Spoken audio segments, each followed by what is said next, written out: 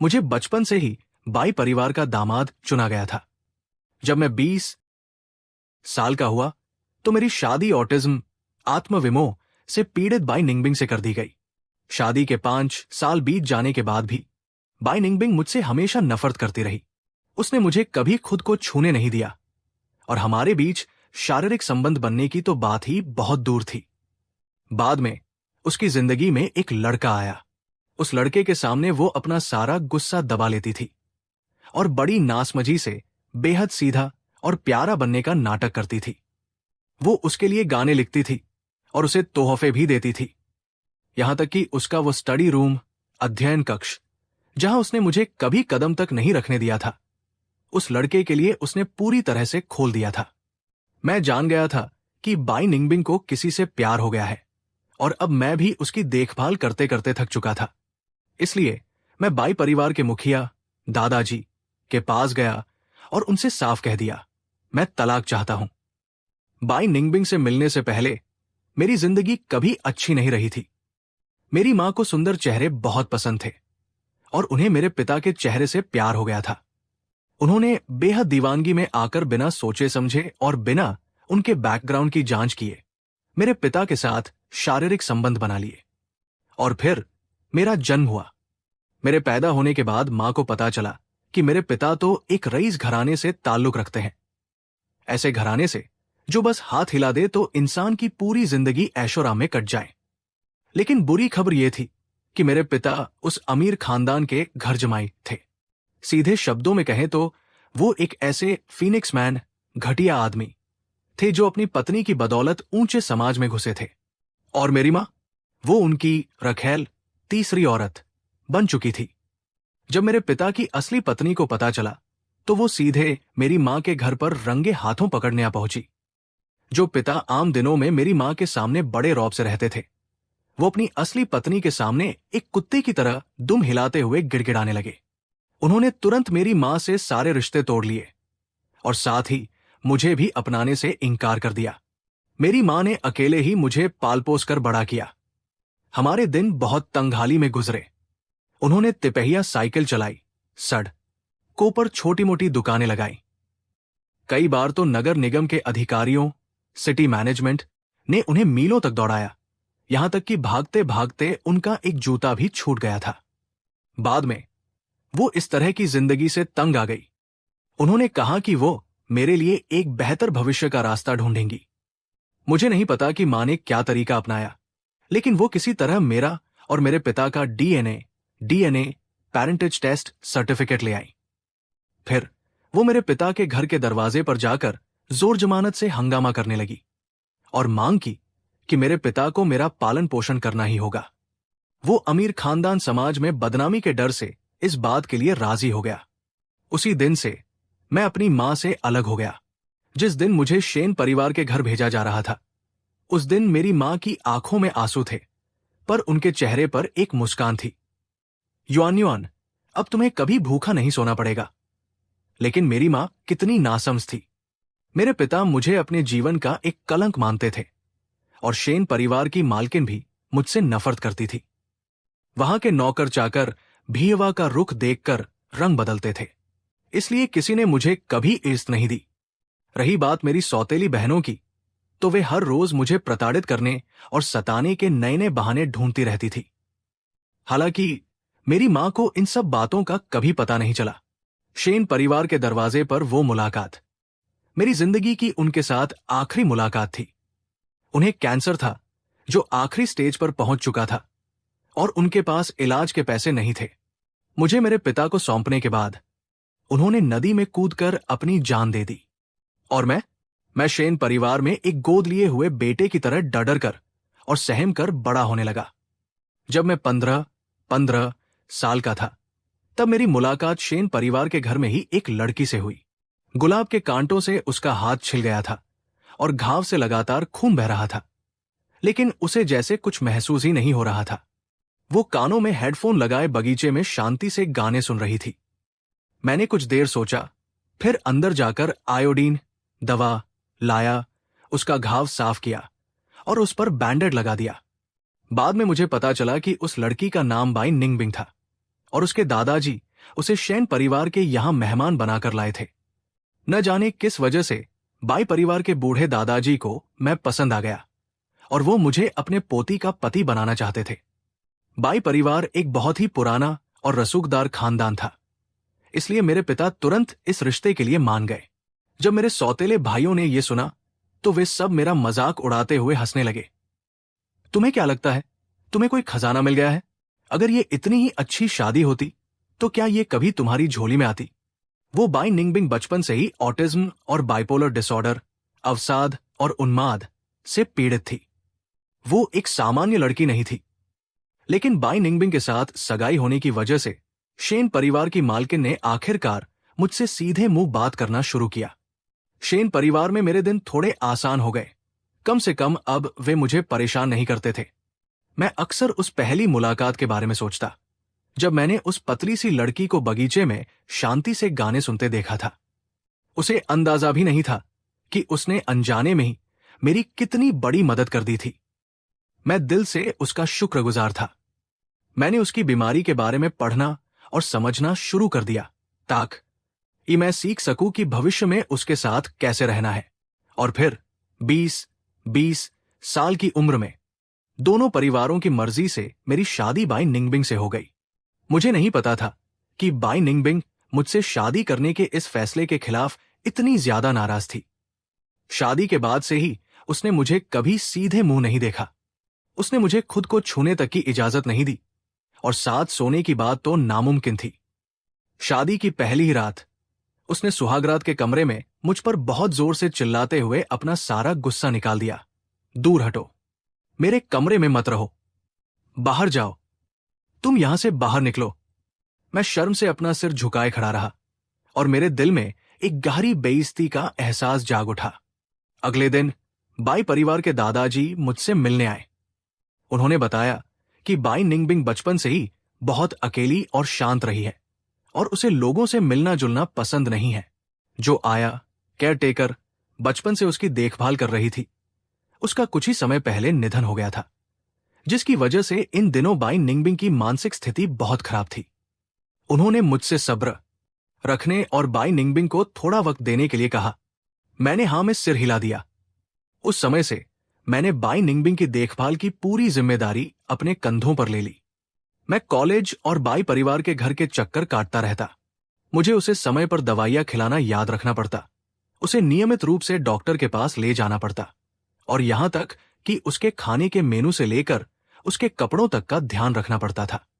अच्छी बात यह थी कि बाई निंगबिंग कोई बेजान पत्थर नहीं थी। धीरे धीरे उसने मेरी परवाह का जवाब देना शुरू किया। जैसे अब उसने मुझे देखकर बाहर जाओ कहना बंद कर दिया था और कभी कभी जब वो मुझे सोफे पर सोता हुआ देखती तो बड़े संकोच के साथ मेरे ऊपर कंबल डाल देती थी। लेकिन उसने कभी मुझे अपने साथ सोने नहीं दिया। बाई परिवार के दादाजी परपोते का मुंह देखने के लिए बहुत उतावले थे और उन्होंने मुझसे कई बार इस बारे में बात की थी। लेकिन इस तरह की चीजों में जब तक उसकी मर्जी न हो, मैं कुछ नहीं कर सकता था। आखिरकार शादी के पांचवें साल में दादाजी के सब्र का बांध टूट गया। मेरी अनसुनी और अनजाने में उन्होंने बाई निंगबिंग को कोई नशीली दवा, उत्तेजक दवा दे दी और उसे मेरे बिस्तर पर भेज दिया और बाहर से कमरा बंद करके हमें अंदर कैद कर दिया। वो रात मुझे आज भी साफ साफ याद है। दर्द, वो बहुत ही ज्यादा दर्दनाक था। दवा के असर में उसकी आंखें धुंधली थी और वो सिर्फ अपने शारीरिक अंतप्रेरणा इंस्टिंक्ट्स के इशारे पर काम कर रही थी। लेकिन उसे कोई तजुर्बा नहीं था। वो पूरी तरह से एक बेजान मछली की तरह व्यवहार कर रही थी। मुझे ऐसा महसूस हो रहा था जैसे मैं किसी जानवर की तरह बस मजबूरन संभोग कर रहा हूं, जिसमें कोई इच्छा या सुख नहीं था। सब कुछ बहुत ही निराशाजनक और जल्दबाजी में खत्म हो गया। सुबह होने तक मैं शारीरिक और मानसिक रूप से इतना थक चुका था कि रोते रोते बेहोश हो गया। अगले दिन दोपहर को चीजों के टूटने फूटने की आवाज से मेरी आंख खुली। बाई निंगबिंग बहुत भयानक गुस्से में थी। उसने मेरा फोन तोड़ दिया था, दीवार पर टंगे टीवी को चकनाचूर कर दिया था और कमरे की मेज कुर्सियां यहां वहां बिखरी पड़ी थी। मुझे जागता देख वो मेरे पास आई। उसके हाथ में एक शीशा आईना था जिसमें मेरा अक्स दिख रहा था। उस वक्त मेरे बदन पर ढंग से कपड़े भी नहीं थे और मैं पूरी तरह से थकाहारा लग रहा था। उसने शीशे में मेरी तरफ इशारा करते हुए अपनी आंखों में साफ साफ नफरत भरकर कहा, तुम बुरे इंसान हो, बहुत घिनौने हो, मैं तुमसे नफरत करती हूं, मैं तुम्हारा चेहरा दोबारा कभी नहीं देखना चाहती। उस दिन मेरी शारीरिक हालत बेहद खराब थी। कमजोरी की वजह से मेरे पैर कांप रहे थे। लेकिन बाई निंगबिंग अपने दौरे हमले के बाद अचानक घर से कहीं गायब हो गई थी। कोई और रास्ता न देखकर मुझे उसी हालत में उसे ढूंढने बाहर निकलना पड़ा। बिना कुछ खाए पिए मैं दोपहर से लेकर आधी रात के बाद तक उसे उन सभी जगहों पर ढूंढता रहा जहां वो अक्सर जाया करती थी। चलते चलते पैर के पीछे की पिंडलियां, काफ मसल्स थर-थर कांपने लगी थी। लेकिन फिर भी मैं उसे ढूंढ नहीं पाया। जब मैं हताश होकर अपने घर के दरवाजे पर टिककर हाँफ रहा था, तब रात के 1 बजे आखिरकार बाई निंगबिंग वापस आ गई। उसके साथ एक लड़का भी खड़ा था जो मुस्कुराता था तो उसके गाल पर डिंपल, लाफिंग विंकल पड़ता था जो बहुत प्यारा लगता था। लड़के ने सिर उठाकर उसकी तरफ देखा। मैं पहली बार किसी ऐसे व्यक्ति से मिला हूं जिससे मेरी इतनी रुचि मिलती है। आपसे मिलना इस कॉन्सर्ट, संगीत समारोह की सबसे बड़ी उपलब्धि है। तब जाकर मुझे पता चला कि बाई निंगबिंग अकेले ही संगीत समारोह सुनने गई थी। उसके फोन की बैटरी खत्म हो गई थी और उसे घर का रास्ता भी याद नहीं था, इसलिए वो लड़का उसे छोड़ कर गया था। बाई निंगबिंग के कदम बहुत धीमे थे, हालांकि घर वापसी का रास्ता बहुत छोटा था, लेकिन वो बहुत देर तक चलती रही। वे दोनों मिलकर संगीत के बारे में बातें कर रहे थे, उन संगीतकारों और वादकों के बारे में चर्चा कर रहे थे जिन्हें मैं जानता तक नहीं था। बाई निंगबिंग को बचपन से ही संगीत का शौक था। उसने जाने माने उस्तादों से सीखा था और ग्रेजुएशन के बाद उसने अपना खुद का स्टूडियो खोल लिया था जहां उसने कई मशहूर गानों की रचना की थी। मैं घर के दरवाजे पर चुपचाप खड़ा होकर सुनता रहा। उन्होंने 30 मिनट तक बातें की, लेकिन बाई निंगबिंग ने पूरे समय यह ध्यान नहीं दिया कि मैं वहां मौजूद हूं। आखिर में हाउसकीपर, बटलर से रहा नहीं गया तो उसने टोकते हुए कहा, मिस, बहुत रात हो गई है, अंदर जाकर सो जाइए। मैडम साहब काफी देर से आपका इंतजार कर रही है। लड़के ने आवाज की तरफ देखा। वो थोड़ा चौंक गया और उसने बाई निंगबिंग से पूछा, क्या ये आपके पति हैं?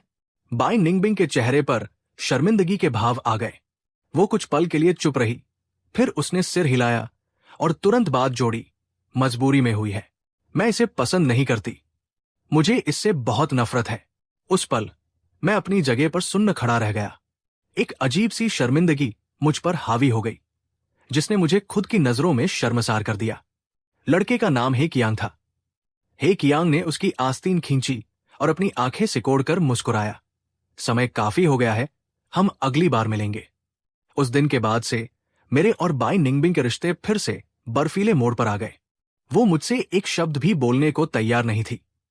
जब उसका जन्मदिन आया तो मैंने उसे एक नए वर्जन का ओवर ईयर हेडफोन गिफ्ट किया, जिसके बारे में मैंने सुना था कि इसकी साउंड क्वालिटी बहुत बेहतरीन है और ये कई बार आउट ऑफ स्टॉक हो चुका था।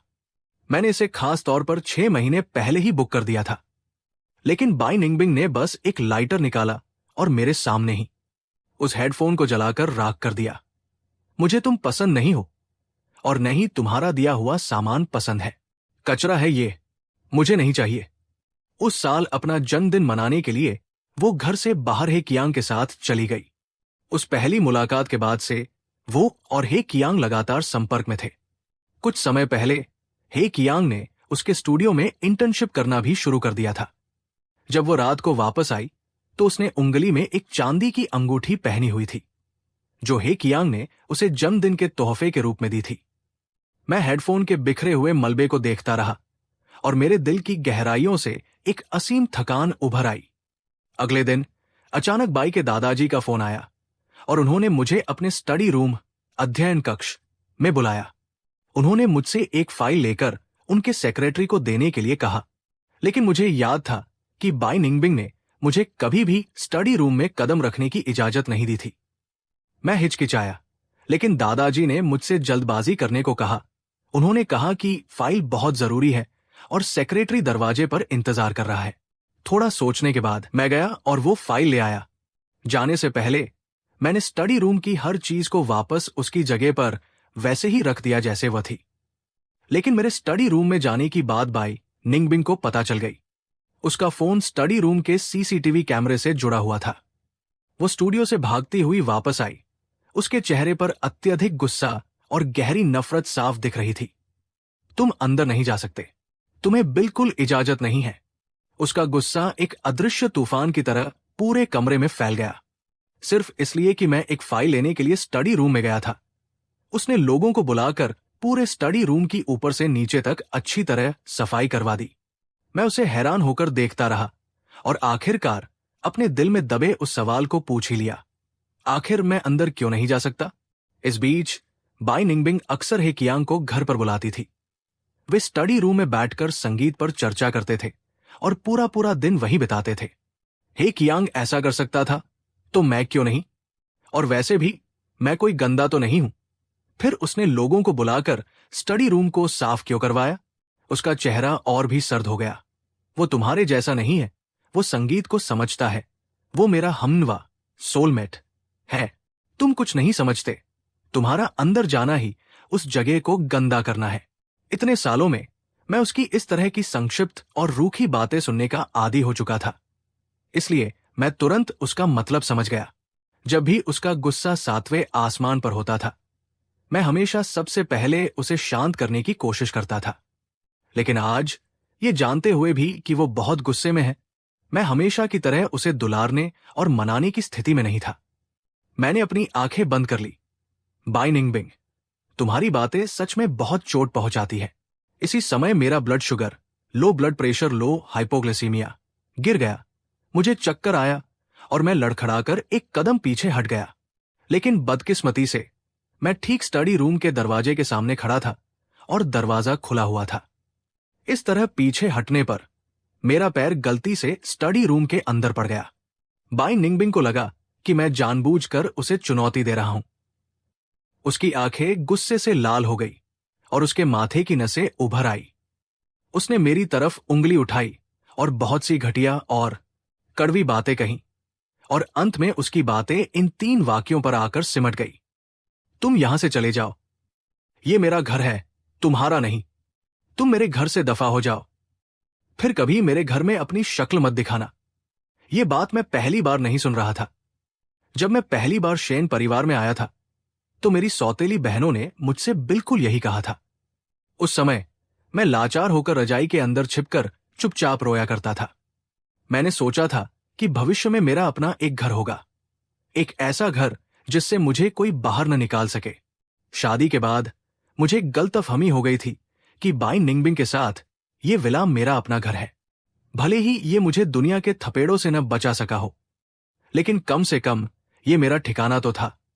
लेकिन आज उसने पूरी ताकत से चिल्लाकर मुझे हकीकत बता दी।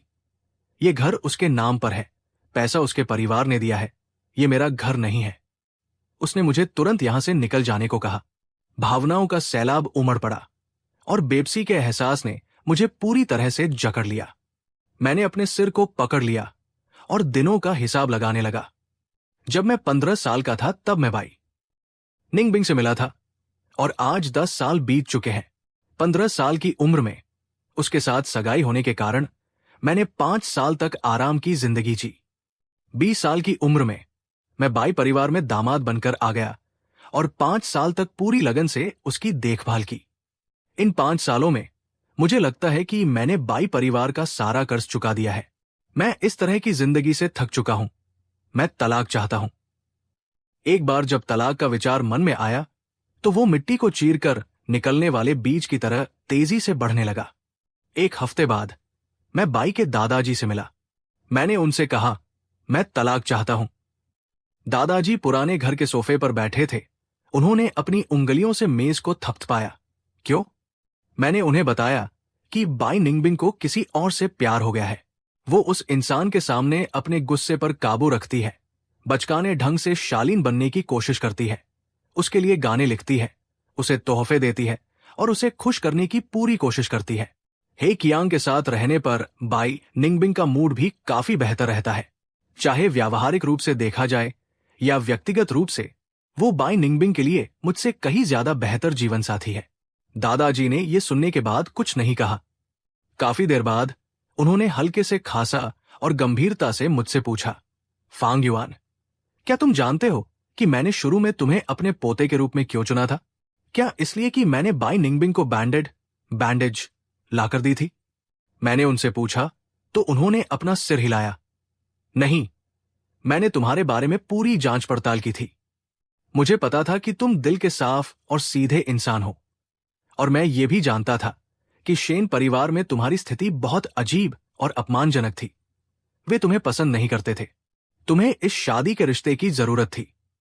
इस रिश्ते के होने के बाद बाई परिवार के रसूख को देखते हुए तुम्हारी जिंदगी काफी आसान होने वाली थी, और इसी वजह से तुम बाई निंगबिंग को डूबते को तिनके का सहारा मानोगे, उसके प्रति आभारी रहोगे, उसे सहोगे और यहां तक कि उसकी हर जिद को बर्दाश्त करोगे। जब मुझे पता चला कि तुमने कॉलेज में साइकोलॉजी, मनोविज्ञान को अपने विषय के रूप में चुना है, तो मुझे विश्वास हो गया कि मेरा फैसला गलत नहीं था। तुम सच में वैसे ही निकले। उन्होंने एक ठंडी सांस ली। बाई निंगबिंग जैसे परिवार में पैदा हुए बच्चे अगर बीमार न होते तो निश्चित रूप से हर कोई उनसे शादी करने के लिए कतार में खड़ा होता, लेकिन बदकिस्मती से उसे ये बीमारी है। मेरी यही एक इकलौती पोती है, इसलिए मुझे उसके भविष्य की चिंता करनी ही थी। मुझे उसके लिए एक ऐसा पति ढूंढना था जो पूरी तरह से उसके प्रति वफादार हो और जिंदगी भर उसकी देखभाल करे। तुम जिस हे कियांग नाम के लड़के की बात कर रहे हो, मैं नहीं जानता कि वो कैसा लड़का है। मैं बाई निंगबिंग को उसके भरोसे छोड़ने का जोखिम नहीं उठा सकता। ये कहते हुए उन्होंने मेरी तरफ देखा और साफ साफ शब्दों में कहा, फांग युआन, तुम शेन परिवार में पले बढ़े हो। तुम अच्छी तरह जानते हो कि अमीर औरतें कैसी होती हैं। बाहर एक मर्द का होना तो दूर, अगर उनके पास 10 मर्द भी हों तो भी इसमें कोई हैरान होने वाली बात नहीं है। इसकी तुलना में बाई निंगबिंग स्वभाव से बहुत मासूम है। वो दूसरी औरतों की तरह फालतू की हरकतें नहीं करती। इसे पहले ही बहुत अच्छा माना जाना चाहिए। वैसे भी जब तक मैं यहां हूं, कोई भी आदमी तुम्हारी मुख्य औपचारिक स्थिति को हिला नहीं सकता। तुम अभी किस बात से असंतुष्ट हो?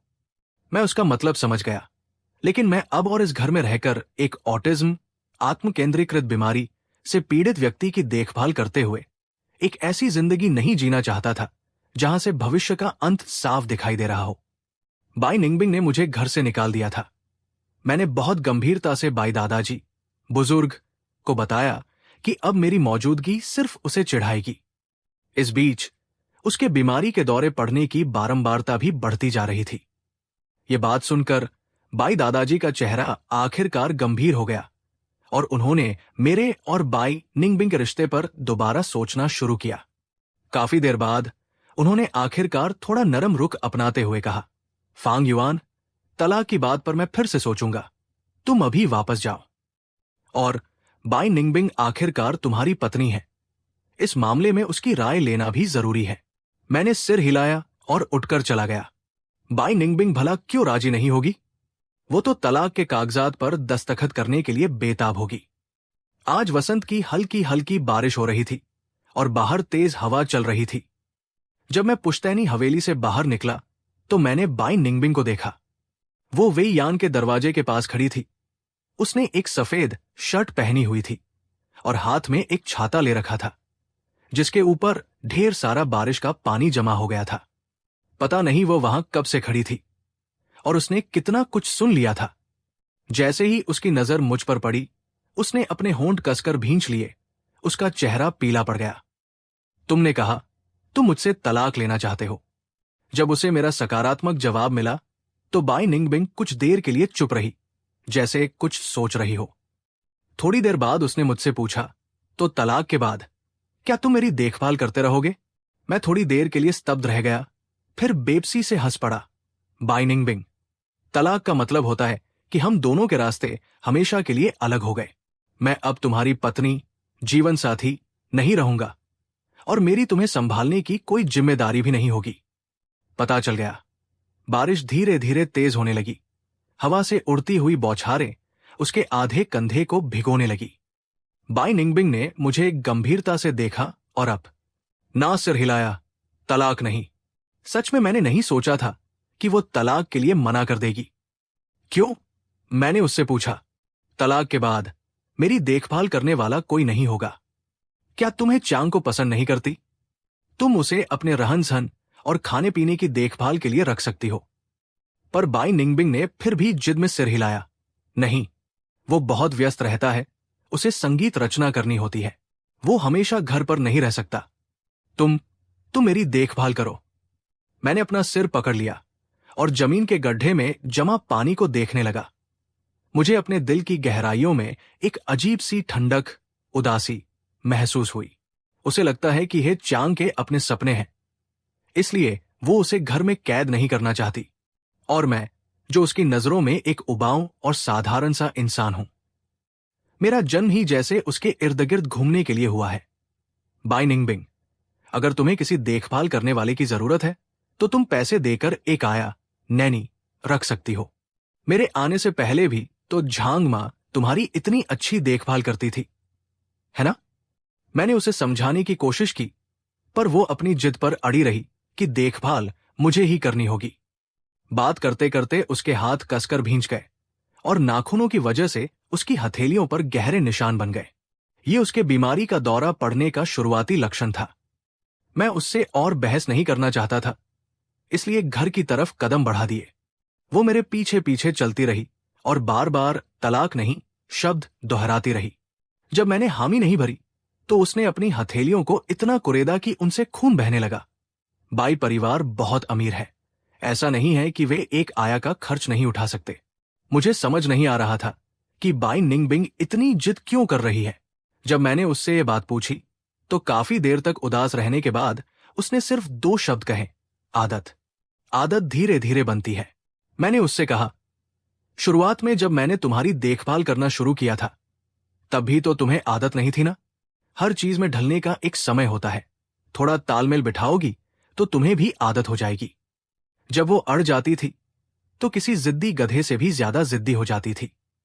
ये देखकर कि मैं उसकी बात नहीं मान रहा हूं, वो चिल्लाने लगी, नहीं, तलाक नहीं, तुम्हें मेरी बात माननी होगी। मैं जानता था कि ऐसे समय में उसे कुछ भी समझाने का कोई फायदा नहीं है, इसलिए मैंने अपना मुंह बंद रखना ही बेहतर समझा। उसे लगा कि मैंने उसकी बात मान ली है और आखिरकार उसके माथे का तनाव धीरे धीरे दूर हो गया। जैसे ही उसने घर के दरवाजे पर हे चांग को देखा, उसकी आंखों में चमक आ गई। तलाक की बात उसके दिमाग से गायब हो गई और वो हे चांग के साथ स्टडी रूम, अध्ययन कक्ष में चली गई। अंदर जाने से पहले बाई निंगबिंग ने जानबूझकर स्टडी रूम का दरवाजा अंदर से बंद कर लिया, जैसे उसे डर हो कि कोई अंदर ना आ जाए। जल्द ही अंदर से पियानो की सुरीली धुन और उस लड़के की खिलखिलाती हुई आवाजें आने लगी। सब कुछ जीवंत लग रहा था। जब हे चांग बाहर निकला तो रात के 10 बज चुके थे और बाहर मूसलाधार बारिश हो रही थी। बाई निंगबिंग ने उस महिला, यहां संदर्भ हे चांग के लिए हो सकता है, की तरफ देखा और उसे रोकते हुए कहा, बारिश हो रही है, बाहर जाओगे तो बीमार पड़ जाओगे। आज रात यहीं रुक जाओ। हे चांग ने अपनी आंखें मटकाते हुए मुस्कुराकर कहा, बुद्धू, मैं अपने नाइट सूट, सोने के कपड़े नहीं लाया, कैसे रुक सकता हूं? बाई निंगबिंग ने मेरी तरफ इशारा किया, इसके पास है। तुम्हें अपनी पत्नी से पूछना पड़ेगा कि क्या वह मुझे आज रात रुकने की इजाजत देंगी और क्या वह मुझे कपड़े उधार देने के लिए तैयार है। हे चांग ने मुस्कुराते हुए मेरी तरफ देखा, लेकिन इससे पहले कि मैं कोई जवाब देता, बाई निंगबिंग ने तुरंत बीच में ही कह दिया, हां, तैयार है। हे चांग के गालों पर एक हल्का सा डिंपल, गड्ढा उभर आया। उसने अपना सिर झुकाकर उसे प्यार से डांटते हुए कहा, तुम किसी और की तरफ से ऐसे कैसे जवाब दे सकती हो? बाई निंगबिंग ने विला, हवेली की तरफ इशारा किया, यह मेरा घर है, इसका नहीं। फिर उसने कपड़ों की अलमारी की तरफ इशारा किया, कपड़े मेरे घर के पैसों से खरीदे गए हैं, फैसला मेरा होगा। इसके बाद हे चांग ने मेरी तरफ देखकर बहुत मीठे अंदाज में कहा, मिसेस बाई, तो फिर मैं आज रात यहीं रुक रहा हूं। उम्मीद है कि इससे आपकी शादीशुदा जिंदगी में कोई खलल नहीं पड़ेगा। यह सुनकर बाई निंगबिंग की प्रतिक्रिया मुझसे भी ज्यादा तेज थी। उसने हड़बड़ाहट में सफाई देते हुए अपने हाथ तक हिलाने शुरू कर दिए। हमारे बीच ऐसा कुछ वैसी चीजें नहीं हैं। घिनौना। मैंने चुपचाप ये सब सुना, अपना सिर नहीं उठाया और शांत रहकर अपने फोन को स्क्रॉल करता रहा। बाई निंगबिंग ने सही कहा था, ये मेरा घर नहीं था। मैंने यहां से बाहर शिफ्ट होने का फैसला कर लिया था, लेकिन एक सही और बजट वाला अपार्टमेंट ढूंढना इतना आसान नहीं था। शेन परिवार में रहते हुए मेरे पास कोई पॉकेट मनी, खर्च के पैसे नहीं होती थी। जो भी चाहिए होता था मैं मैनेजर से कह देता था और जायज मांगे पूरी कर दी जाती थी। बाई परिवार में आने के बाद बाई दादाजी मुझे हर महीने 50,000 युआन घर खर्च के लिए देते थे। दिखने में यह रकम बड़ी लगती थी, लेकिन इसी में बाई निंगबिंग का इलाज, मानसिक परामर्श का खर्च, उसका पौष्टिक खाना और विला के सभी नौकर चाकरों का खाना और उनकी सैलरी, तनख्वाह शामिल थी। बहुत सोच समझकर खर्च करने के बाद भी महीने के आखिर में मुश्किल से कुछ हजार ही बच पाते थे। इसलिए मेरी अपनी बचत बहुत कम थी। 2 दिन तक तलाश करने के बाद मुझे एक ठीक ठाक कीमत वाला अपार्टमेंट मिल गया। जब मैं अपने कपड़े समेट रहा था, तभी बाई निंगबिंग घर लौटी। पिछली बार तलाक की बात होने के बाद से मेरे प्रति उसका रवैया थोड़ा सा सुधरा था। कभी कभार वो खुद मुझसे बात करने की पहल कर लेती थी। जैसे कि अभी उसने मुझसे पूछा, ये सब समेट रहे हो, क्या इन्हें फेंकना है? मैंने सिर हिलाया, नहीं। उसने कपड़ों के ढेर की तरफ इशारा किया, इन्हें फेंक दो, ये अच्छे नहीं हैं। तुम्हें आर्ट, कला की समझ नहीं है, मैचिंग करना नहीं आता, ये सारे कपड़े बदसूरत हैं। मैंने अपने हाथ रोक लिए और उसकी तरफ देखा। तो फिर किस तरह के कपड़े अच्छे होते हैं? उसने गंभीरता से सोचा और जवाब दिया, हे चांग जैसे पहनता है वैसे अच्छे लगते हैं। तुम मुझसे कुछ सीखो, मेरे पास पैसे हैं, मैं तुम्हें खरीदूंगी। मेरी नजर कपड़ों के ढेर पर सबसे ऊपर रखी एक सफेद स्कर्ट, पोशाक पर पड़ी और मैं ठिठक गया। ये स्कर्ट 1 साल पहले की बात है, जब बाई निंगबिंग और मैं शॉपिंग कर रहे थे और मैंने खुद इसे चुना था। मुझे आज भी साफ याद है कि जब वो ट्रायल रूम से बाहर आई थी तो मेरी क्या प्रतिक्रिया थी। मैं हकलाते हुए बार बार सिर्फ 2 ही शब्द कह पा रहा था, खूबसूरत। लेकिन कपड़े तो वही थे। अब वो उन्हें पुराना और दा कियानुसी कह रही थी। बदला कौन था, कपड़े या इंसान? मैंने अपनी पलकें झुका ली और हाथ दोबारा चलाने लगा। इसकी कोई जरूरत नहीं है, मुझे अपनी स्टाइल ही पसंद है। बाई निंगबिंग की आंखों में गुस्सा और निराशा साफ दिखने लगी। उसने जैसी तुम्हारी मर्जी कहते हुए सामान पटका और मुड़कर चली गई। दरवाजा इतनी जोर से बंद हुआ कि उसकी धमक से मेरे कान के पर्दे तक हिल गए। उस रात वो अपने कमरे से बाहर नहीं निकली, इसलिए उसे ये पता नहीं चल सका कि मैं उस विला को छोड़कर जा चुका हूं। जब मैं पहली बार बाई परिवार में आया था तो मेरे पास 24 इंच का एक सूटकेस और एक नीला बैग था, और जब आज छोड़ रहा था तब भी मेरे पास सिर्फ इतना ही सामान था। बाई निंगबिंग ने सच कहा था, यह मेरा घर नहीं था, इसीलिए यहां मेरा अपना कहलाने वाला सामान बहुत ही कम था। मैं उस अपार्टमेंट में सिर्फ एक ही दिन रुका और फिर स्प्रिंग सिटी, चुनचेंग के लिए रवाना हो गया। बचपन में मेरी मां हमेशा मुझसे कहती थी कि दिन धीरे धीरे बेहतर हो जाएंगे। जब उनके पास काफी पैसे जमा हो जाएंगे तो वो मुझे घूमने ले जाएंगी। मेरी मां के जाने के बाद मैं भी खुद को यही दिलासा देता रहा कि दिन बेहतर होंगे। जब पैसे होंगे तो मैं खुद अकेले घूमने निकल जाऊंगा। पर दुनिया की चीजें हमेशा वैसी नहीं होती जैसी हम चाहते हैं। मैं बस एक कैदखाने से निकलकर दूसरे में आ गया था। बाई निंगबिंग को अकेले नहीं छोड़ा जा सकता था, इसलिए मैं कभी दूर नहीं जा पाया। मैंने एक बार उसे अपने साथ ले जाने की कोशिश भी की थी, लेकिन वो लंबे समय से इसी शहर में रही थी, इसलिए उसके लिए बाहरी माहौल में ढलना बहुत मुश्किल था।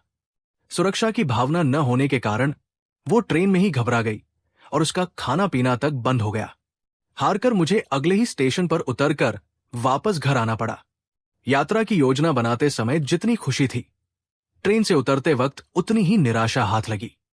तब समझ आया कि पैसे होने पर भी आप हमेशा यात्रा नहीं कर सकते, क्योंकि कुछ बंधन होते हैं और कुछ वक्त की कमी। लेकिन इस पल मैं आखिरकार चांगशान पर्वत की तलहटी में खड़ा था, जहां हवा की तेज लहरें समंदर, एरहाई झील के पानी और बादलों के आकार को पल पल बदल रही थी। मैं संगीत सुनते हुए साइकिल चला रहा था और छोटे रास्तों पर घूम रहा था, जहां से भी मैं गुजर रहा था। वहां गेहूं के खेत थे, खुले मैदान थे, पानी में बिखरी हुई सूरज की परछाइयां थी और चांगशान पर्वत पर तैरते हुए बादल थे। जिंदगी के सारे बंधे बंधाए नियम इस पल लहरों के शोर में घुलकर बह गए थे।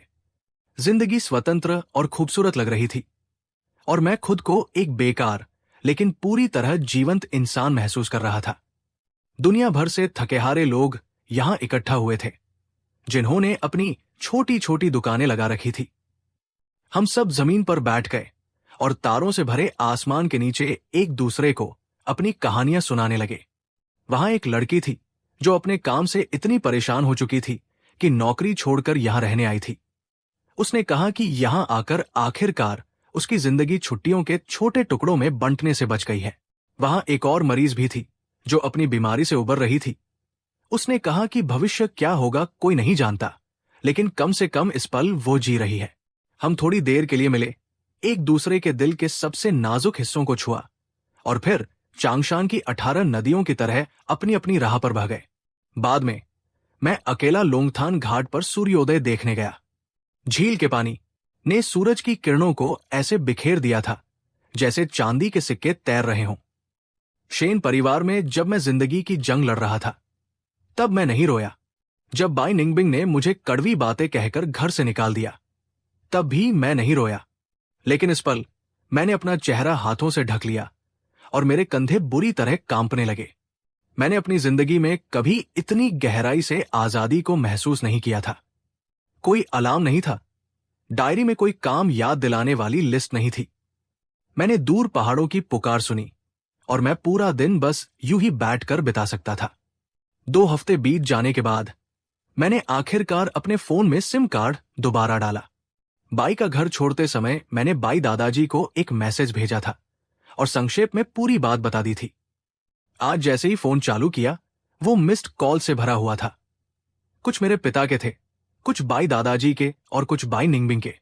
मैं वापस लौटने वाली गाड़ी में बैठा और बाई दादाजी को फोन लगाया। फांग युआन, उनकी आवाज में बेहद थकान थी। जल्दी वापस आ जाओ, बाई निंगबिंग आना पड़ा। मेरे जाने की बात पता चलने पर बाई निंगबिंग बहुत गुस्सा हुई थी। उसे समझ नहीं आ रहा था कि मेरे बिना कैसे जिया जाए। उदाहरण के लिए, दवाई की अलमारी में रखी उन शीशियों में से उसे ये नहीं पता था कि रोज कौन सी गोली कितनी खानी है। पहले मैं ही पानी लेकर आता था और दवाइयां उसके सामने रखता था।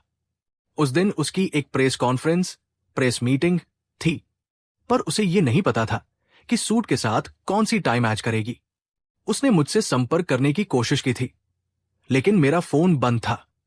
मैनेजर से पता चला कि बाई निंगबिंग ने बहुत गुस्सा किया था। उसने सारे कप और प्लेटें तोड़ दी थी। बाथरूम का एसी जमीन पर गिरा दिया था। यहां तक कि लिविंग रूम की टेबल और अलमारी भी पलट दी थी। पूरा घर कबाड़ खाना बन चुका था। बाई दादाजी ने मजबूरी में उसके लिए एक नई आया रखी, लेकिन वो नई आया उसे समझ नहीं पा रही थी और घबरा गई थी। जब मैं वापस पहुंचा तो बाई निंगबिंग काफी कमजोर हो चुकी थी। उसका चेहरा छोटा हो गया था। मुझे देखकर उसने अपनी भौहें सिकोड़ी और अपना मुंह दूसरी तरफ घुमा लिया। अब वापस क्यों आए हो? जाना था ना? नफरत है तुमसे, झूठे। जब मैं यात्रा पर था तो बाई दादाजी ने मेरे मकान मालिक को ढूंढ निकाला था और न जाने उससे क्या कहा कि मकान मालिक ने मुझे वो अपार्टमेंट आगे किराए पर देने से मना कर दिया। इसलिए मुझे अपना सूटकेस लेकर वापस यही आना पड़ा। बाई निंगबिंग ने मेरे हाथ में सूटकेस देखा और धीरे से बुदबुदाई, शेन परिवार को तुम्हारी जरूरत नहीं है। तुम्हारे पास रहने की कोई जगह नहीं है।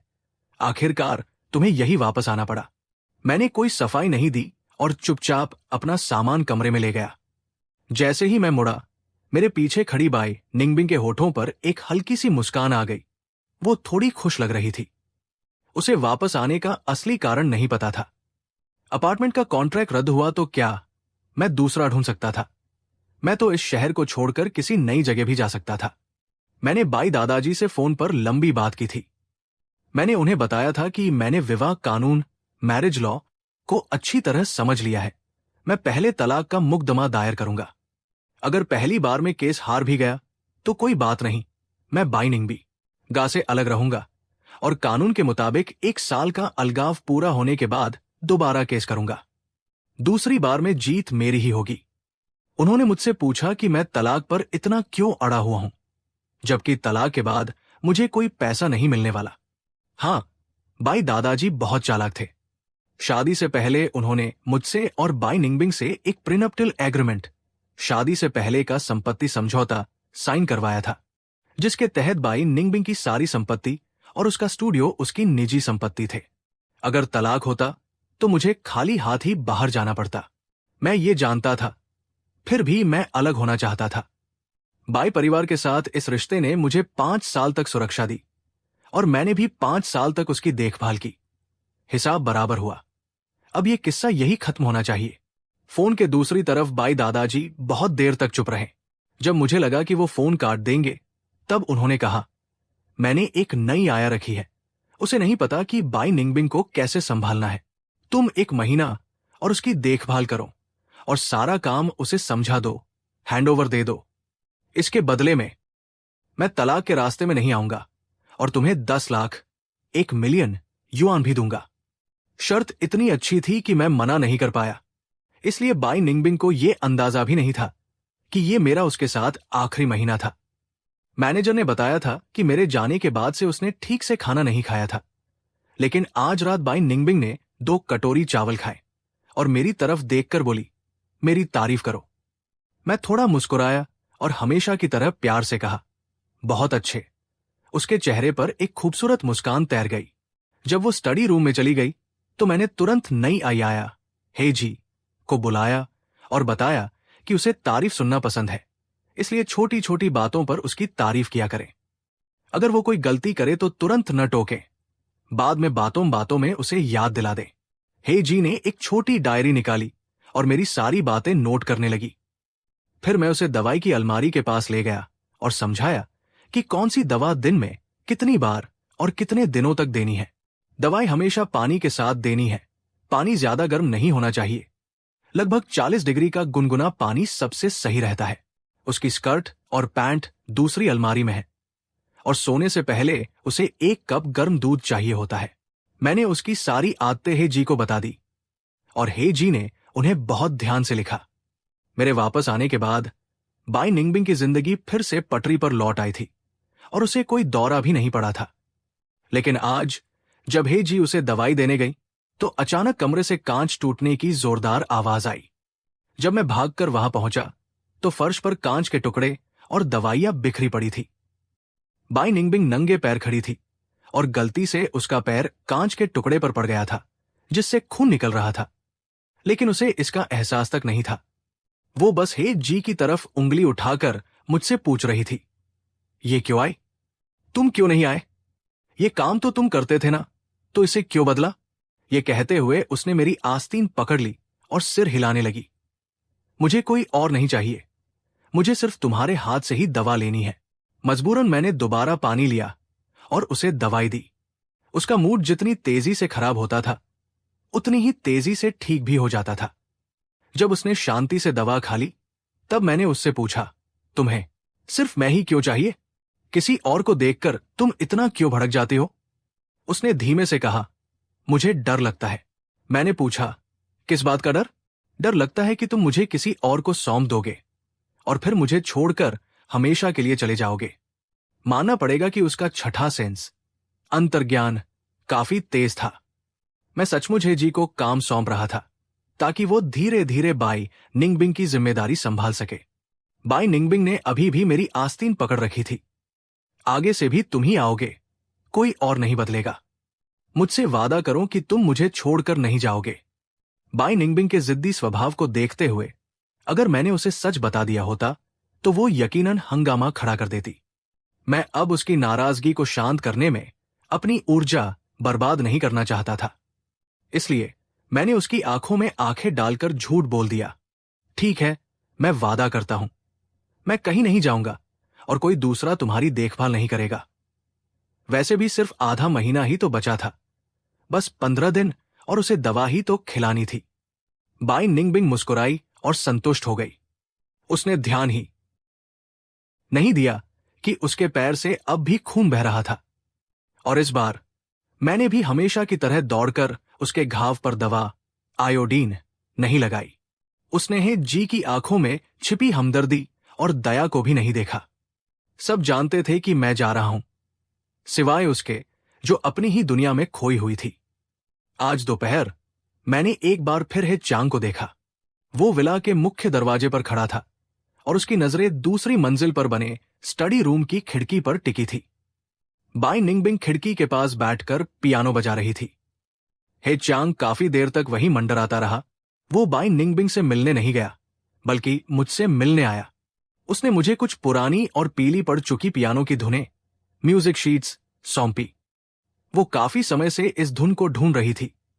प्लीज इसे उस तक पहुंचा देना। मैं थोड़ा हैरान हुआ। बाई निंगबिंग ऊपर ही थी। तुम खुद जाकर क्यों नहीं दे देते? नहीं। हे चांग ने अपना सिर हिलाया और उसके होठों पर एक फीकी मुस्कान आ गई। वो अब मेरा सामना नहीं करना चाहता था। मुझे तब एहसास हुआ कि पहले तो हे चांग हर दूसरे दिन बाई के घर आ जाता था, लेकिन पिछले कुछ समय से वो बिल्कुल नहीं आया था। यहां तक कि उसने बाई निंगबिंग को जो अंगूठी दी थी, वो भी अब उसके हाथ में नहीं थी। मिस्टर शेन, हे चांग ने धीमी आवाज में कहा, और मेरे विचारों का सिलसिला टूटा। उसने मुझसे पूछा, मैं बाई निंगबिंग को पसंद करता हूं, ये तो आपको पता ही होगा। मैंने सिर हिलाया। ये इतना साफ था कि कोई भी समझ जाता। म्यूजिक फेस्टिवल, संगीत उत्सव में जब हम पहली बार मिले थे, तब सब ग्रुप्स समूहों में थे। सिर्फ वही अकेला था जो भीड़ से बिल्कुल अलग थलग था। मैंने पहली नजर में ही उसे नोटिस किया था। उसने कहा था, वो कितनी खूबसूरत है। उस दिन उन्होंने कौन सी धुन बजाई थी मैं तो भूल गया। मेरा पूरा ध्यान बस उसी पर था। जब मुझे पता चला कि उसके फोन की बैटरी खत्म हो गई है, तो मैंने उसे घर छोड़ने का ऑफर दिया। मैं कोई बेवकूफ नहीं हूं। उससे 2 बातें करके ही मुझे समझ आ गया था कि वो आम लोगों जैसी नहीं है, लेकिन मुझे उसका ये रूप बहुत प्यारा और मासूम लगा। बाई निंगबिंग का जिक्र करते हुए चांग की आंखों में एक हल्की सी चमक आ गई। आपके जाने के बाद बाई दादाजी ने मुझसे संपर्क किया था और बताया था कि आप तलाक की जिद पर अड़े हैं।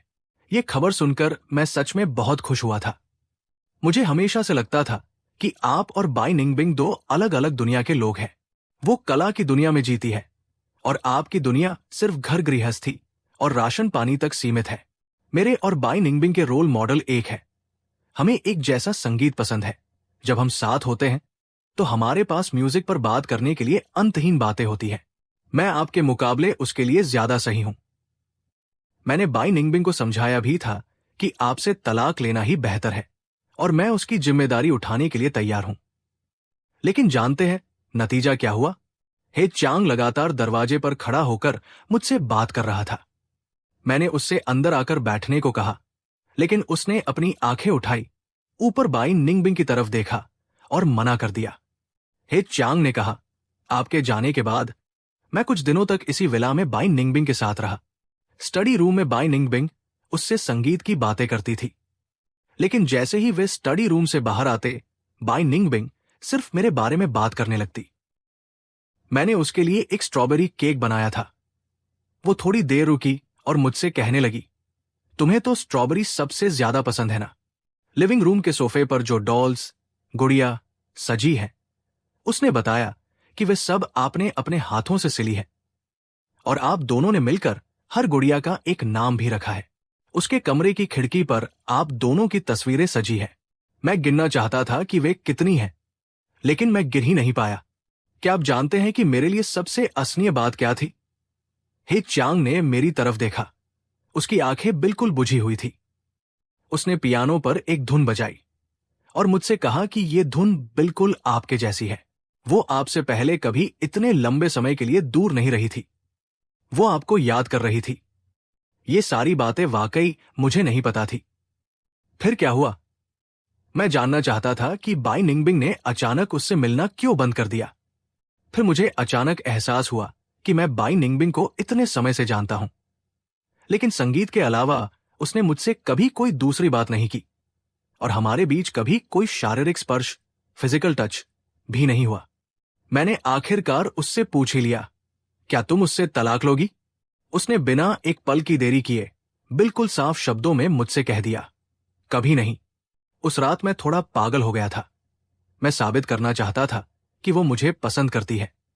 इसलिए मैं उसके कमरे में गया, उसके सामने अपने कपड़े उतार दिए और उससे कहा कि मेरे साथ कोशिश करके देखे। उसने पहले कहा था कि तुम्हारे साथ होने पर उसे घिन आती है, तो अगर वो मेरे साथ ऐसा करने को तैयार हो जाए तो क्या यह साबित नहीं हो जाएगा कि वो मुझे पसंद करती है? मैंने कुछ नहीं कहा, चुपचाप खड़ा होकर हे चांग की पूरी बात सुनता रहा। मुझे उम्मीद नहीं थी कि उसकी ऐसी प्रतिक्रिया होगी। अविश्वास, आतंक, घबराहट, घृणा और अस्वीकृति। मैं समझ नहीं पा रहा था कि उसके चेहरे पर इतने जटिल भाव क्या थे। कुल मिलाकर वो बहुत नाराज हुआ। उसने मेरा हाथ झटक दिया और मुझे बाहर निकाल दिया।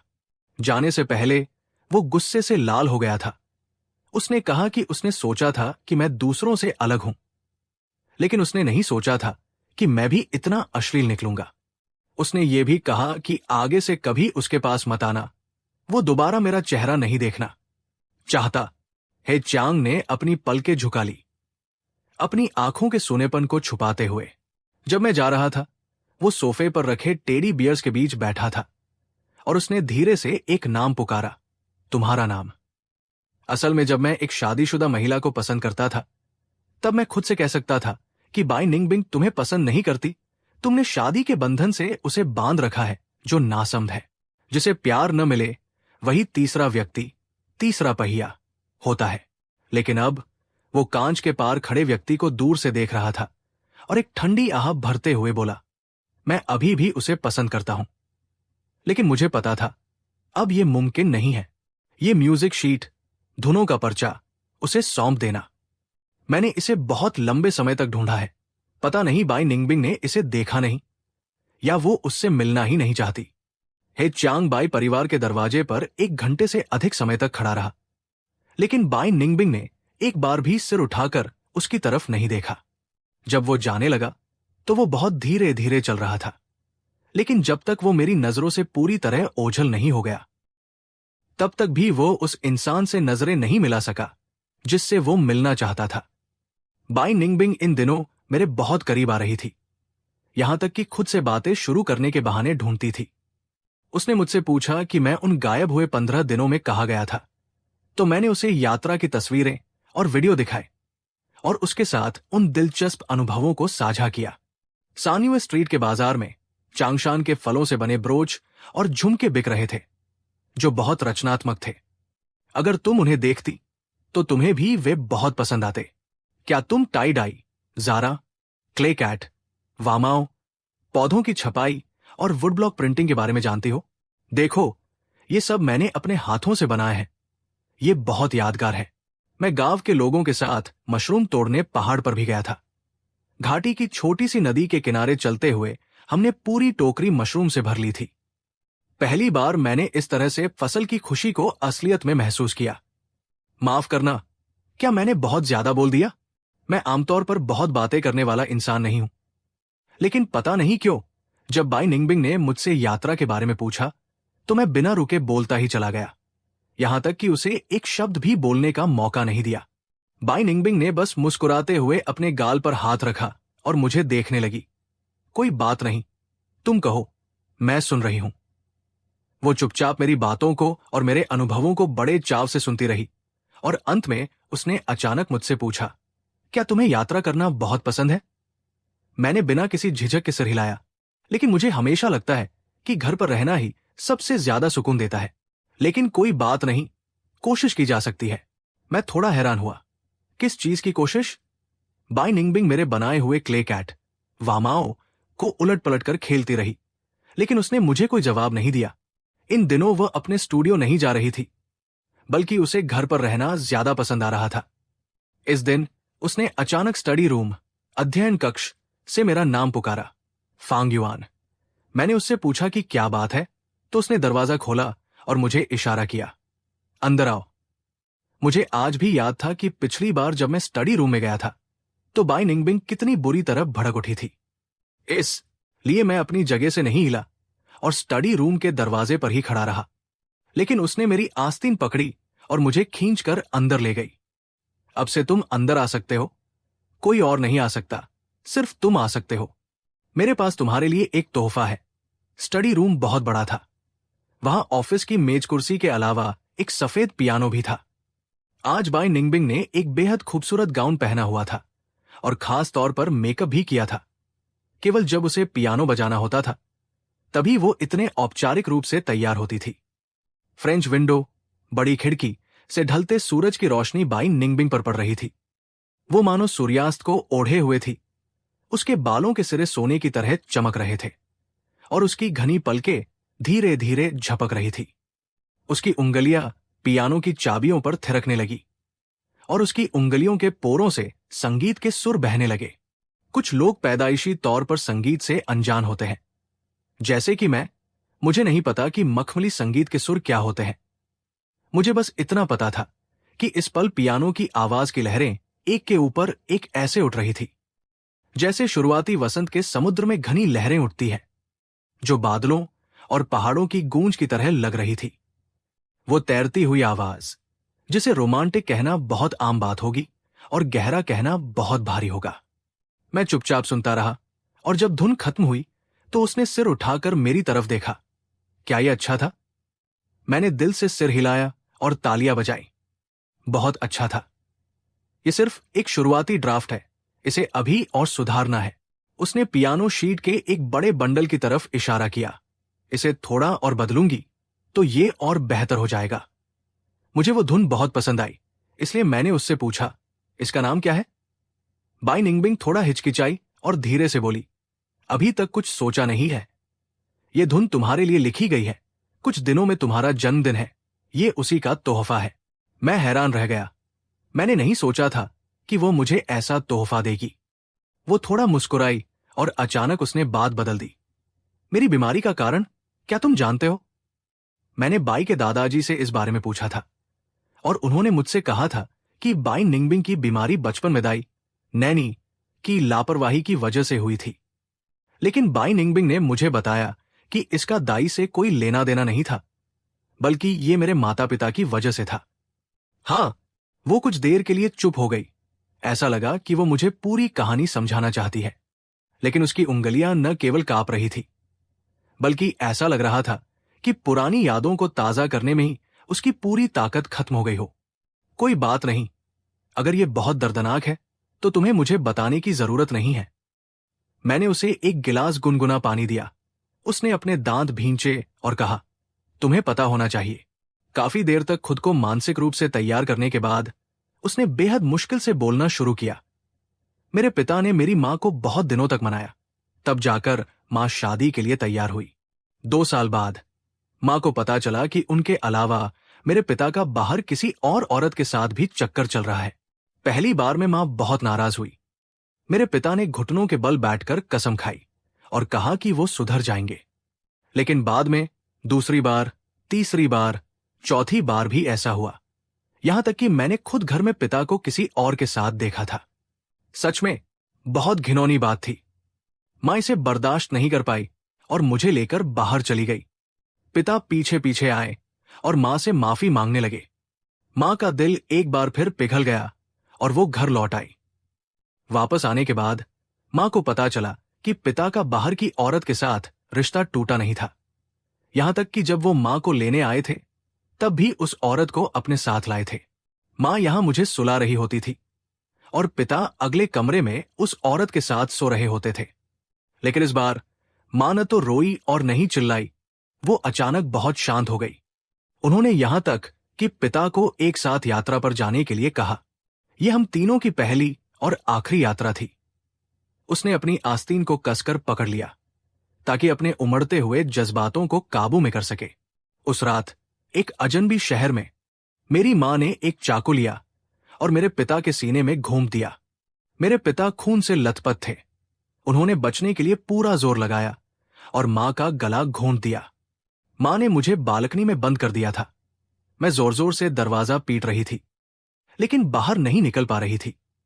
जब मेरी आंख खुली तो मेरे माता पिता हमेशा के लिए शांत हो चुके थे, मर चुके थे। मैं अपनी जगह पर सुन्न रह गया। ये उस कहानी से बिल्कुल अलग था जो मैंने सुनी थी। बाई के पिता और मां की प्रेम कहानी को अमीर घरानों में एक मिसाल माना जाता था। कहा जाता था कि बाई के पिता की शादी पहले ही कहीं और तय हो चुकी थी, लेकिन उन्हें एक साधारण परिवार की बाई की मां से पहली नजर में प्यार हो गया था। बाई की मां ऊंचे घरानों के मामलों में नहीं पड़ना चाहती थी, इसलिए उन्होंने शुरू में हां नहीं कहा। बाई के पिता ने 4 साल तक उनकी हर संभव सेवा की, तब जाकर मां का दिल पिघला और उन्होंने शादी के प्रस्ताव को स्वीकार किया। शादी के बाद दोनों में बहुत प्यार था और जल्द ही बाई निंगबिंग का जन्म हुआ। लेकिन बदकिस्मती से ये खुशी ज्यादा दिन नहीं टिकी। एक यात्रा के दौरान बाई की मां की दिल का दौरा पड़ने से मौत हो गई। बाई के पिता अपनी दिवंगत पत्नी को अकेला नहीं छोड़ना चाहते थे, इसलिए उन्होंने भी अपनी जान दे दी। लेकिन किसने सोचा था कि इस खूबसूरत प्रेम कहानी के पीछे इतना बेरहम और खूनी सच छिपा हुआ था। और अपने माता पिता की मौत को अपनी आंखों से देखने वाली बाई निंगबिंग उस समय केवल 6 साल की थी। उसका मानसिक विकास अभी पूरी तरह नहीं हुआ था। वो बहुत गंभीर रूप से बीमार पड़ गई और जब होश आया तो वो ऐसी हो गई। मुझे आखिरकार समझ आया कि क्यों बाई निंगबिंग को बाहर जाने पर असुरक्षा महसूस होती थी और क्यों वो शादी और करीबी रिश्तों से इतनी कतराती थी। फांग युआन, ये सब बताने का मतलब सिर्फ इतना है कि तुम मुझे जान सको, पूरी तरह से मुझे जान सको। वो मेरे पास बैठ गई, कुछ पल हिचकिचाई और फिर धीरे धीरे अपनी हथेली को मेरी हथेली के ऊपर रख दिया। मुझे पता है कि मैं बीमार हूं, मैं इससे उबरने की कोशिश करूंगी। अब से तुम स्टडी रूम में आ सकते हो। मैं तुम्हें डांटूंगी नहीं, तुम मेरा हाथ भी पकड़ सकते हो। मैं हाथ झटकूंगी नहीं, मैं चुपचाप दवा खाऊंगी और तुम पर बिना वजह गुस्सा नहीं करूंगी। उसने बेहद संजीदगी से मेरी तरफ देखा। उसकी आंखें इतनी सच्ची थी, मानो वो अपना दिल निकालकर मुझे दे रही हो। मैंने पहली बार उसकी हथेली की गर्माहट को सच में महसूस किया। पता नहीं कमरे की रोशनी का असर था या कुछ और, लेकिन उसकी आवाज बेहद कोमल लग रही थी। फांग युआन, चलो हम एक साथ यात्रा पर चलते हैं। मैं कोशिश करूंगी किसी नई जगह जाने की। जब वापस आएंगे तो तुम्हारा जन्मदिन मनाएंगे। उसने मेरा हाथ पकड़ा और नक्शा खोलकर बड़े ध्यान से शहरों को देखने लगी। मैंने आसमान में ढलते हुए अंधेरे को देखा और बाई के दादाजी को फोन मिलाया। मैंने उन्हें बताया कि बाई निंगबिंग यात्रा पर जाना चाहती है। दादाजी कुछ देर चुप रहे और मुझसे पूछा, क्या तुमने ही सिस्टर ही जी के साथ सारा काम सौंपने की प्रक्रिया पूरी कर ली है? इस समय मेरे जाने में 1 हफ्ते से भी कम का समय बचा था। अगर हम यात्रा पर जाते हैं तो वहां से लौटने के बाद मैं सीधे यहां से चला जाऊंगा। इसलिए जो भी बातें थी मैंने ही सिस्टर को समझा दी थी। दादाजी ने हामी भरी। चलो अच्छा है कि वो बाहर जाना चाहती है, उसे ले जाओ और थोड़ा घुमा लाओ। मैंने और बाई निंगबिंग ने काफी देर तक चर्चा की और आखिरकार इनर मंगोलिया नेइमिंग जाने का फैसला किया। बाई निंगबिंग ने पूरी गाइड बुक पढ़ी और यात्रा का प्लान बनाया। उसने खास तौर पर एक कैमरा भी निकाला, इससे तुम्हारी तस्वीरें ले सकूंगी और यादें संजो सकूंगी। वो बहुत व्यवस्थित इंसान थी। उसने एक एक दिन का पूरा शेड्यूल तैयार किया था, यहां तक कि हर दिन क्या खाना है यह भी पहले से तय कर लिया था। इस बार हमारा ठिकाना वुलान बुतोंग था। हवाई जहाज पर चढ़ते समय मैं साफ देख सकता था कि बाई निंगबिंग के मूड में काफी उतार चढ़ाव आ रहा था। शायद बचपन में बालकनी में बंद रहने के उस अनुभव की वजह से उसे ऐसी बंद जगह पसंद नहीं थी, ठीक वैसे ही जैसे पिछली बार हाई स्पीड ट्रेन में हुआ था। वो बेहद बेचैन और परेशान होने लगी थी। मेरे बगल में बैठते ही उसने मेरी आस्तीन खींची और मेरी तरफ और ज्यादा खिसकाई। हवाई जहाज ट्रेन जैसा नहीं होता जहां बीच रास्ते में उतरा जा सके। अगर तुम्हें अच्छा नहीं लग रहा है तो हम वापस चलते हैं, खुद पर जबरदस्ती मत करो। बाई निंगबिंग ने अपने होंठ भींचे और सिर हिलाया। कोई बात नहीं, हम चलेंगे। मैं दोबारा तुम्हारा मजा किरकिरा नहीं करना चाहती। जब हवाई जहाज ने उड़ान भरी तो उसने मेरा हाथ पकड़ लिया। उसकी हथेलियों में बारीक पसीना आ गया था। बीच रास्ते में मौसम खराब होने के कारण हवाई जहाज बहुत बुरी तरह हिलने लगा। बाई निंगबिंग ने पूरे रास्ते आंखें नहीं खोली, मानो वो झपकी ले रही हो। लेकिन पसीने से भीगे उसके माथे के बाल और मेरा हाथ कसकर पकड़े रहने की उसकी जिद ने साफ बता दिया कि इस वक्त उसके अंदर क्या चल रहा था। वो बहुत घबराई हुई थी। चिफेंग पहुंचने के बाद वहां से कार बुक करके जाने में 4 घंटे और लगने थे। बाई निंगबिंग लगातार बहुत सतर्क थी। बिल्कुल अलग मौसम और माहौल ने उसे आम दिनों से ज्यादा संवेदनशील और बेचैन कर दिया था। मैं पूरे रास्ते उसे दिलासा देता रहा। उसने अपनी मुस्कुराहट बिखेरते हुए मुझसे कहा, फांग युआन, मैं ठीक हूं। मैंने उसकी बात पर यकीन कर लिया। उसे होटल के स्वीट में पहुंचाने के बाद मैं पहले गर्म पानी से नहाने चला गया। जब मैं बाहर आया तो मैंने देखा कि बाई निंगबिंग दीवार के कोने में बैठी थी और उसका पूरा शरीर हल्का सा कांप रहा था। मुझे देखने के बाद उसने 2 लंबी सांसें ली, अपना सूटकेस खोला, उसमें कुछ ढूंढा और अपनी बेचैनी को शांत करने वाली 2 दवाइयां खा ली। मेरे कुछ बोलने से पहले ही वो ऐसे खड़ी हो गई मानो कुछ हुआ ही न हो। मैं भी नहाने जा रही हूं। मैं ठीक हूं, सच में ठीक हूं, चिंता मत करो। उस रात वो काफी देर तक करवटें बदलती रही, मानो उसे नींद नहीं आ रही थी। इतने सालों में वो एक भी रात अपने विला के उस बिस्तर को छोड़कर कहीं और नहीं सोई थी। शायद उसे नए बिस्तर की आदत नहीं थी। मैंने धीरे से उससे पूछा, क्या मैं तुम्हें सोने के लिए कोई कहानी सुनाऊं? कोई बात नहीं, मुझे बस नींद आने ही वाली है। तुम भी सो जाओ। कल एक साथ घास के मैदान, प्रेयरी देखेंगे। उसके बाद उसने दोबारा करवट नहीं बदली। वो बिल्कुल शांत हो गई, मानो सच में सो गई हो। लेकिन अगले दिन उसकी आंखों के नीचे के काले घेरों ने साफ बता दिया कि वो रात भर ठीक से सो नहीं पाई थी। उसने खाना भी बहुत कम खाया और वो बार बार अपने मुंह में दवाइयां डाल रही थी। असल में मैं इस बड़े घास के मैदान को देखने के लिए बहुत उत्सुक था, लेकिन उसकी हालत इतनी खराब देखकर मेरा पूरा ध्यान उसी पर लग गया। यहां तक कि हम गोंगजू झील की सुबह की धुंध का आनंद भी नहीं ले पाए।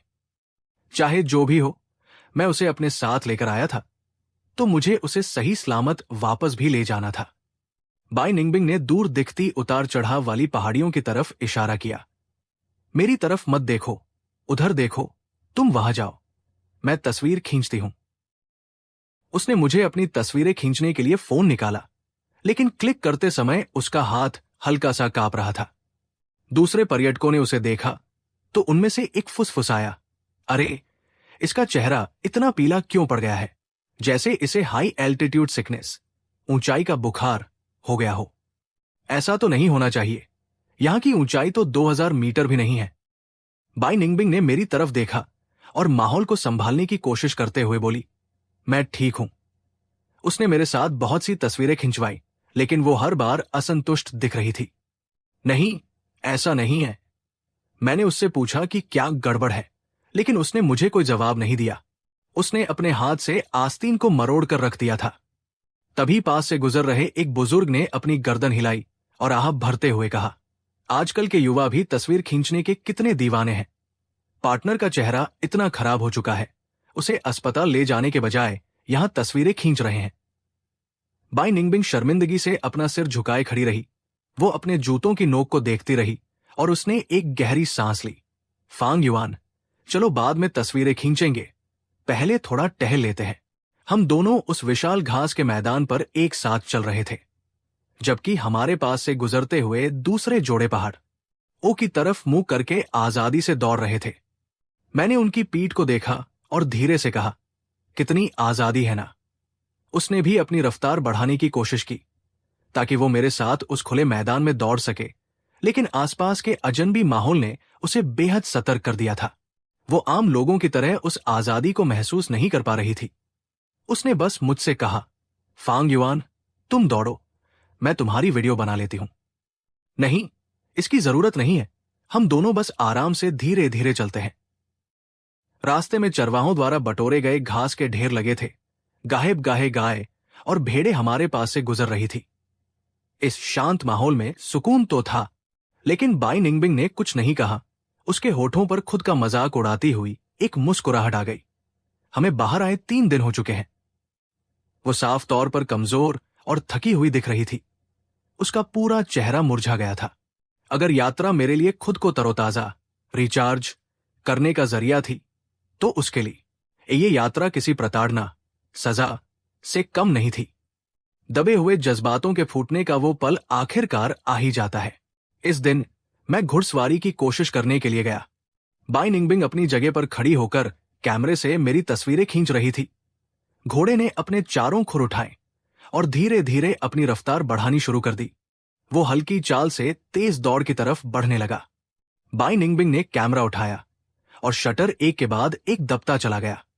मैं उस दौड़ने की तेज रफ्तार के रोमांच में खो गया और धीरे धीरे अपनी आंखें बंद कर ली। तभी कान में एक दिल दहला देने वाली चीख गूंजी। मैं तुरंत होश में आया। वो बाई निंगबिंग की आवाज थी। बाई निंगबिंग की बीमारी का दौरा पड़ गया था और इसका कारण उनके पास खड़ा एक शादीशुदा जोड़ा था। वो जोड़ा न जाने किस वजह से आपस में झगड़ रहा था। पति कह रहा था कि घर वापस जाकर वो पत्नी को पीटेगा और पत्नी कह रही थी कि अगर उसने जाने की हिम्मत की तो वो उसे चाकू घूमकर मार डालेगी। पति पत्नी के बीच का ये झगड़ा और उनकी बातें बहुत भयानक थी। आसपास के लोग दूर हट गए, लेकिन सिर्फ बाई निंगबिंग ही धीरे से मुड़ी और उन्हें घूरने लगी। वे जितना ज्यादा झगड़ रहे थे, बाई निंगबिंग की सांसें उतनी ही भारी होती जा रही थी। शायद पिछले कुछ दिनों से वो लगातार बहुत तनाव में थी, या फिर उसे अपने अतीत की कोई कड़वी याद आ गई थी। जब उस आदमी ने औरत को जमीन पर धक्का दे दिया तो बाई निंगबिंग दौड़कर उस औरत के आगे ढाल बनकर खड़ी हो गई और फिर उसकी बीमारी का दौरा पड़ गया। जब बाई निंगबिंग बीमार होती थी तो वो अपनी भावनाओं पर काबू नहीं रख पाती थी। मैं उसके पास रहा और बार बार उसे दिलासा देता रहा, जब तक कि सूरज ढल नहीं गया और वो धीरे धीरे शांत नहीं हो गई। फांग युआन, मुझे माफ कर दो, मैंने तुम्हें परेशान किया। वो घास पर बैठ गई, अपने घुटनों को बाहों में समेटे हुए उसकी आंखें उदास थी। मेरे साथ बाहर आना बहुत बुरा रहा ना? मैंने धीरे से अपना सिर हिलाया।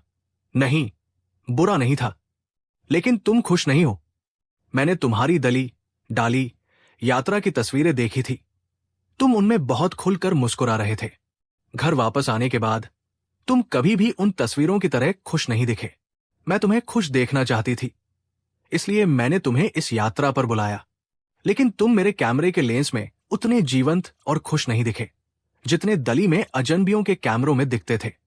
जब तुम घोड़े की सवारी कर रहे थे तो मैंने बड़ी मुश्किल से एक अच्छी तस्वीर ली थी, लेकिन जैसे ही वो एक तस्वीर खींची मुझे दौरा पड़ गया।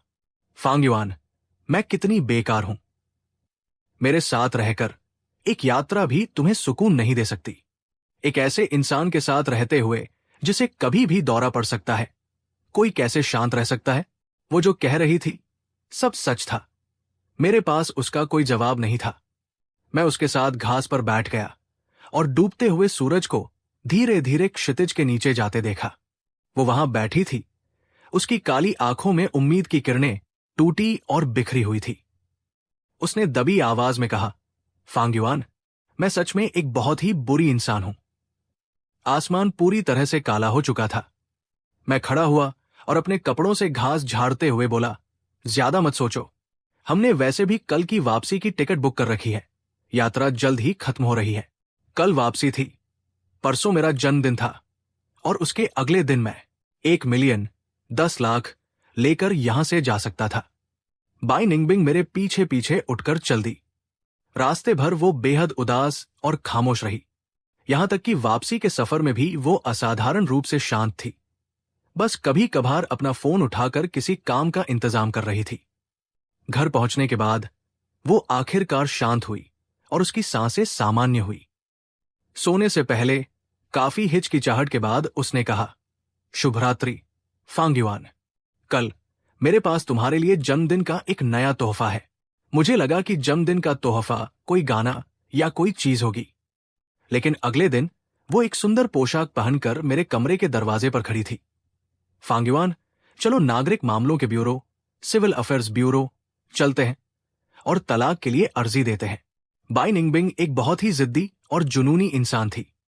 वो जो एक बार ठान लेती थी उसे कभी नहीं बदलती थी। इसलिए जब उसने पहले तलाक देने से मना किया था तो मैंने मान लिया था कि अदालती कार्यवाही में मुझे 1-2 साल लग जाएंगे, लेकिन मैंने नहीं सोचा था कि वो अचानक अपना फैसला बदल देगी। मैं खुद को रोक नहीं पाया और पूछा, क्यों? उसने बहुत ही शांत लहजे में कहा, तुम खुश नहीं हो और मैं अब तुम्हें और नहीं घसीटना चाहती। ये कहते हुए उसने खुद को सामान्य दिखाने की कोशिश की। उसकी खूबसूरत आंखें हल्की सी मुस्कान के साथ झुकी, लेकिन उसकी आंखों के कोने गहरे लाल हो चुके थे। फांग युआन, मैं बहुत उलझी हुई और धीमी इंसान हूं। मुझे ये एहसास होने में भी बहुत वक्त लग गया कि मैं तुमसे प्यार करती हूं, और ये तब हुआ जब तुम मुझे छोड़कर चले गए। मैंने पहले बहुत ही स्वार्थी होकर सोचा था कि चाहे जो भी तरीका अपनाना पड़े, मैं तुम्हें अपने पास बांध कर रखूंगी। लेकिन मेरे पास रहकर तुम खुश नहीं हो, सच में बिल्कुल भी खुश नहीं हो। यहां पहुंचते ही उसका गला रूंध गया और आंखें लाल हो गई। मैंने तुम्हें बहुत लंबे समय तक परेशान किया है। मैं तुम्हें और दुखी नहीं देखना चाहती, इसलिए मैं तुम्हें आजाद कर रही हूं। यह पहली बार था जब मैंने उसे रोते हुए देखा था। मुझे हमेशा लगता था कि उसके जैसी सख्त इंसान कभी आंसू नहीं बहा सकती, लेकिन कोर्ट जाते समय गाड़ी में उसके आंसू इतने गर्म थे कि जब वे मेरी हथेली पर गिरे तो ऐसा लगा जैसे कोई थामने वाली वसंत की बारिश हो। गाड़ी ब्यूरो के दरवाजे पर रुकी। उसने अपने हाथ के पिछले हिस्से से आंसू पोंछे। अपनी लाल आंखों के साथ उसने मेरे लिए गाड़ी का दरवाजा खोला और बेहद मुश्किल से मुस्कुराते हुए कहा, फांगयुआन, तुम्हारे 25वें जन्मदिन पर मेरा तोहफा तुम्हारी आजादी है। तलाक के लिए 30 दिनों का कूलिंग ऑफ पीरियड, सोचने का समय था। इन 30 दिनों के दौरान बाई परिवार के दादाजी ने मुझे रोकने की कोशिश की। उन्होंने मुझसे पूछा, बाई निंगबिंग को अब तुम्हारे लिए अपनी भावनाओं का एहसास हो गया है, तो क्या फिर भी तुम्हारा तलाक लेना जरूरी है? अगर तुम यहां रुक जाओगे तो तुम्हें एक बेहतर जिंदगी मिलेगी। मैंने अपना सिर हिलाया। नहीं, अब और नहीं। वो समझ नहीं पा रहे थे। फांगयुआन, उसके और चांग के बीच कुछ भी नहीं हुआ था, और अब वो तुमसे प्यार भी करती है। उसका प्यार बस थोड़ा देर से आया है। क्या तुम उसे ऐसे ही छोड़ दोगे? क्या तुम उसे एक और मौका नहीं दे सकते? लेकिन मैंने फिर भी सिर हिलाया। नहीं, एक बार जब इंसान आजादी का स्वाद चख लेता है तो वो फिर कभी स्वेच्छा से बंधनों में नहीं बन सकता। बाई परिवार को छोड़ने की बात ना एक बड़ा हंगामा खड़ा कर दिया। मेरे पिता ने मुझे फोन पर बहुत डांटा और शेन मैडम ने भी मुझे दोषी ठहराया। उन्होंने कहा कि मुझे बाई निंगबिंग का आभारी होना चाहिए था, क्योंकि अगर उस समय बाई परिवार ने मुझे नहीं चुना होता तो वे मेरी शादी किसी और से करवा देते। शायद कोई अधेड़ उम्र का विधुर या कोई ऐसा अमीर आदमी जिसे छोटी लड़कियां पसंद हो। तुम आखिर किस बात से असंतुष्ट हो? क्या तुम्हें पता है कि तुम्हारी बहन का पति बाहर 3 बच्चों का बाप बन चुका है, फिर भी वो सब कुछ सह रही है? तुम क्यों नहीं सह सकते? अंत में मेरे पिता ने मुझसे सारे रिश्ते तोड़ने की धमकी दी। मैंने बस सिर हिलाया और कहा, ठीक है। 30 दिन बाद मैं और बाई निंगबिंग तलाक का लाल सर्टिफिकेट, डिवोर्स बुकलेट लेने ब्यूरो पहुंचे। उस सर्टिफिकेट के साथ मुझे एक चेक भी मिला। बाई निंगबिंग की संपत्ति का मूल्यांकन करने के बाद वो लगभग 10 अरब 10 बिलियन युएन का था, और वो चेक पूरे 10 अरब का था। उसने वो चेक मुझे सौंपते हुए कहा, फांगयुआन, अब आगे बहुत लंबी राहों पर चलना, ऊंचे पहाड़ों पर चढ़ना और इस विशाल दुनिया को देखना। और क्या मैं भविष्य में कभी तुमसे मिल सकूंगी? मैंने सिर हिलाया। हां, बिल्कुल। भविष्य में मैं हर साल अपने जन्मदिन की पार्टी में तुम्हें जरूर आमंत्रित करूंगा। बाई निंगबिंग ने एक गहरी सांस ली और आखिरकार मुस्कुराते हुए अपनी हजारों बातों को बस एक शब्द में समेट दिया, फांगयुआन, अपना ख्याल रखना। मुझे पहली बार यह एहसास कि मैं शेन फांगयुआन से प्यार करती हूं पुराने पुश्तैनी घर में हुआ था। उस समय जब उसने दादाजी से कहा कि वो मुझसे तलाक चाहता है, तो मेरी पहली प्रतिक्रिया इसका विरोध करने की थी। जब मुझे लगा कि मैं तलाक नहीं चाहती तो मैं खुद हैरान रह गई।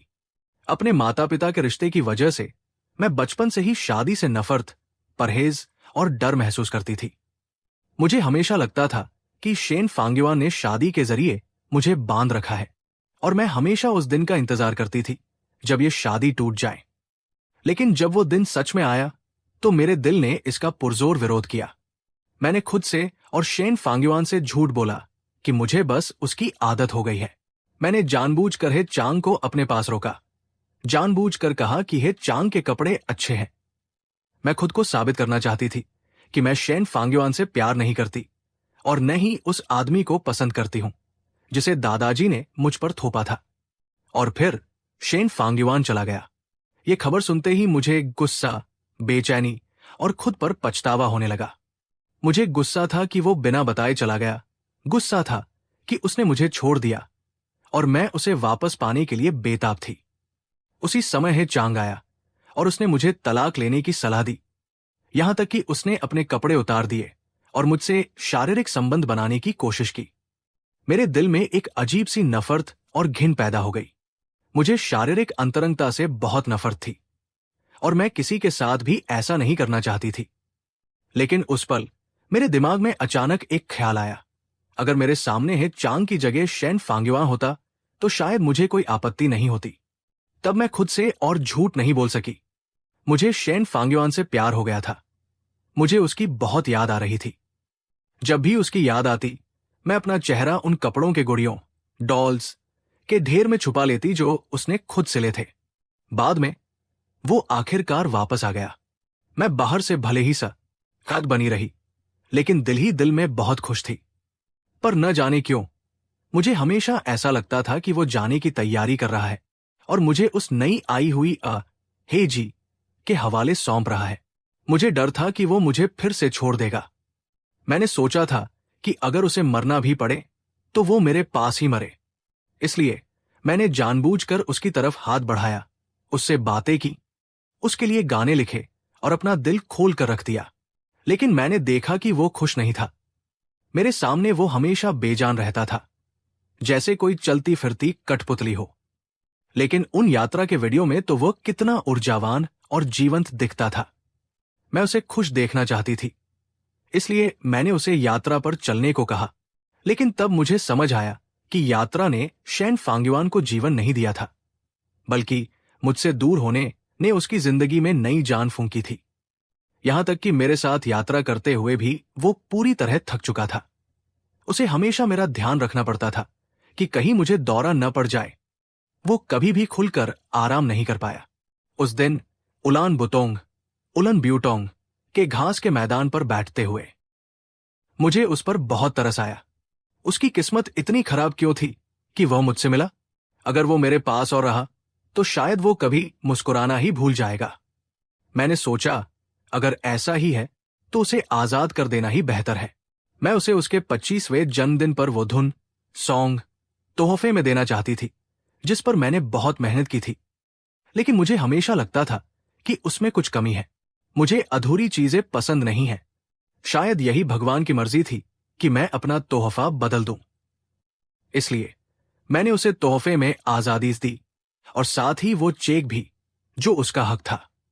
इन सालों में उसने मेरे कारण बहुत दुख झेले थे। तलाक के बाद मैंने खुद को स्टडी रूम में बंद कर लिया और बार बार उस धुन को देखती रही जो मैंने शेन फांग्युआन के लिए लिखी थी। मैंने उसमें कई बदलाव किए, लेकिन कभी संतुष्ट नहीं हुई, जब तक कि एक रात शेन फांग्युआन मेरे सपने में नहीं आया। 15 साल का वह गुलाब के बगीचे में मेरी तरफ देखकर मुस्कुरा रहा था। क्या तुम्हें दर्द नहीं होता? इतना खून बह रहा है फिर भी तुम ध्यान नहीं दे रही हो। 20 साल का वह मुस्कुराते हुए मुझे देख रहा था। बाई निंगबिंग, क्या आगे से मैं तुम्हारा ख्याल रख सकता हूं? 25 साल का वह बहुत ही संभाल कर एक हेडफोन निकालते हुए कह रहा था, ये लो, तुम्हारा जन्मदिन का तोहफा। इसे पाने के लिए मैंने बहुत मिन्नतें की थी। जब मेरी आंख खुली तो मेरा तकिया आंसुओं से भीगा हुआ था। अब मुझे समझ आ गया था कि उस धुन में क्या कमी थी।